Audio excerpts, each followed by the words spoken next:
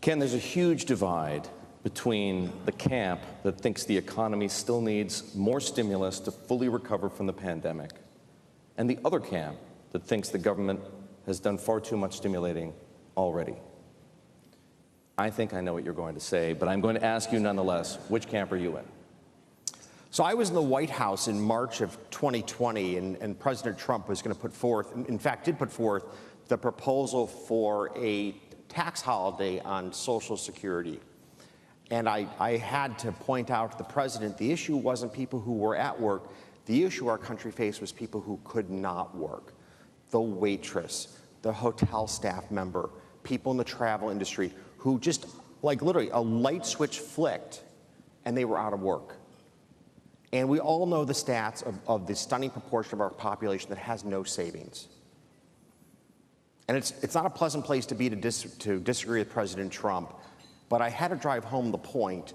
We needed to get checks in the hands of Americans as fast as we possibly could who had lost any ability to maintain their basic needs in life. Like, this pandemic was going to wipe out millions, tens of millions of households that had no savings and no prospects of working for an unknown period of time.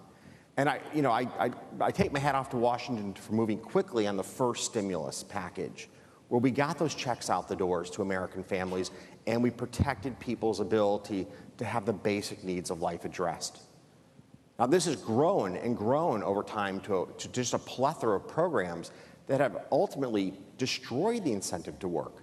You and I both know of the number of people today, or until recently, who are making more money on the pallet of government handouts than they were in their full-time employment.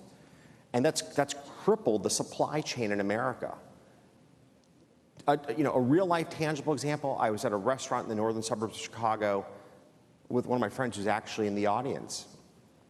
And we'd ordered dinner, and the owner came out after an hour, a Hispanic man, incredibly, you could just feel the emotional angst. He's like, I am so sorry that you're having such an awful experience.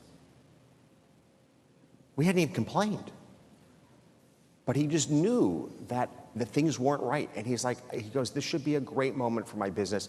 I can't hire people and I can't keep people. And just the anguish in his face was heartbreaking. And that's what so many small businesses are facing today in America. It's so hard to find people to come back to work, to do the jobs that we need to have done,